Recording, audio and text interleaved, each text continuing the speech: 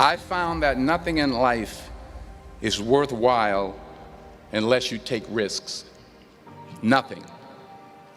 Nelson Mandela said, "There is no passion to be found playing small and settling for a life that's less than the one you're capable of living." Now, I'm sure in your experiences in school and applying to college and picking your major and deciding what you want to do with life, I'm sure people have told you to make sure you have something to fall back on. Make sure you got something to fall back on, honey.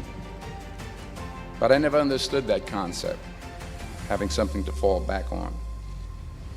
If I'm going to fall, I don't want to fall back on anything except my faith. I want to fall forward. I figure at least this way I'll see what I'm going to hit. Fall forward. This is what I mean. Reggie Jackson struck out 2,600 times in his career, the most in the history of baseball. But you don't hear about the strikeouts. People remember the home runs. Fall forward.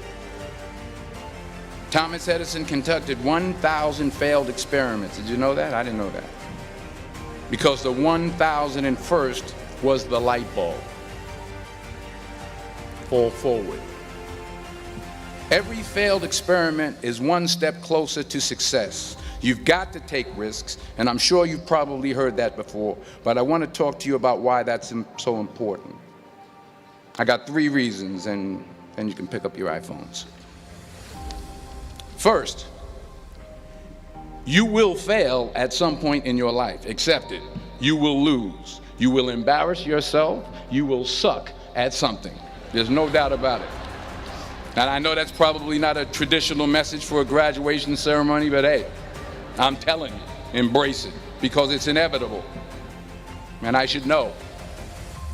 In the acting business, you fail all the time. Early on in my career, I auditioned for a part in a Broadway musical.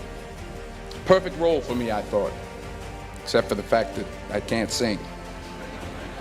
So I'm in the wings, I'm about to go on stage, but the guy in front of me, he's singing like Pavarotti. He's just, and he's just going on and on and on, and I'm just shrinking, I'm getting smaller and smaller. So they say, "Oh, thank you very much, and you'll be hearing from us." So I come out with my little sheet music, and it was Just My Imagination by the Temptations. That's what I came up with. So I hand it to the accompanist, and she looks at it and looks at me and looks out at the director and was like, "All right." But the next part of the audition, he called me back. The next part of the audition is the acting part of the audition. So I'm like, hey, okay, maybe I can't sing, but I know I can act. So they pair me with this guy, and again, I didn't know about musical theater. And musical theater is big, so they can reach everyone all the way in the back of the stadium. And I'm more from a realistic, naturalistic kind of acting where you actually talk to the person next to you. So I don't know what my line was. My line was, "Well, hand me the cup." And his line was, "Well, I will hand you the cup, my dear. The cup will be there to be handed to you." And I said, "Oh, okay." "Well, should I give you the cup back?" "Oh, yes, you should give it back to me, because you know that is my cup and it should be given back to me." I didn't get the job. But here's the thing. I didn't quit. I didn't fall back. I walked out of there to prepare for the next audition, and the next audition, and the next audition. I prayed. I prayed, and I prayed. But I continued to fail, and fail, and fail. But it didn't matter, because you know what? There's an old saying, you hang around the barbershop long enough, sooner or later you're going to get a haircut. So you will catch a break, and I did catch a break. Last year, I did a play called Fences on Broadway. Someone talked about it. Won the Tony Award. And I didn't have to sing, by the way. But here's the kicker. It was at the Court Theater. It was at the same theater that I failed that first audition 30 years prior. The point is, and I'll pick up the pace, the point is every graduate here today has the training and the talent to succeed. But do you have the guts to fail? Here's my second point about failure. If you don't fail, you're not even trying. I'll say it again. If you don't fail, you're not even trying. My wife told me this great expression. To get something you never had, you have to do something you never did. Les Brown's a motivational speaker. He made an analogy about this. He says, imagine you're on your deathbed, and standing around your deathbed are the ghosts representing your unfulfilled potential. The ghost of the ideas you never acted on. The ghost of the talents you didn't use. And they're standing around your bed, angry, disappointed, and upset. They say, we came to you because you could have brought us to life, they say.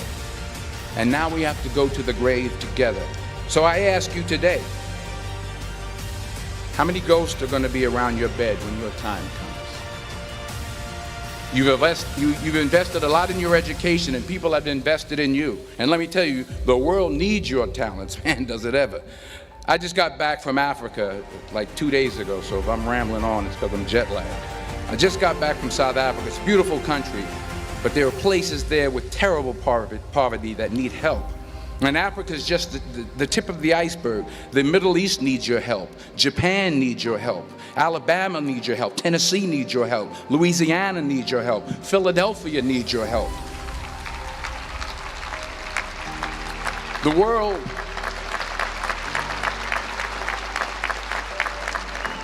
world needs a lot, and we need it from you. We really do. We need it from you young people. I mean, I'm not speaking to the rest of us up here, but I know I'm getting a little grayer. We need it from you, the young people, because remember this. So you got to get out there.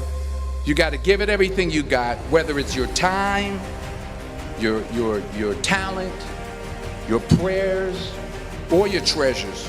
Because remember this, you will never see a U-Haul behind a hearse. You will never see a U-Haul behind a hearse. You can't take it with you. The Egyptians tried it, and all they got was robbed. So the question is, what are you going to do with what you have? I'm not talking about how much you have. Some of you are business majors, some of you are theologians, nurses, sociologists. Some of you have money, some of you have patience, some of you have kindness, some of you have love. Some of you have the gift of long suffering, whatever it is, whatever your gift is. What are you going to do with what you have?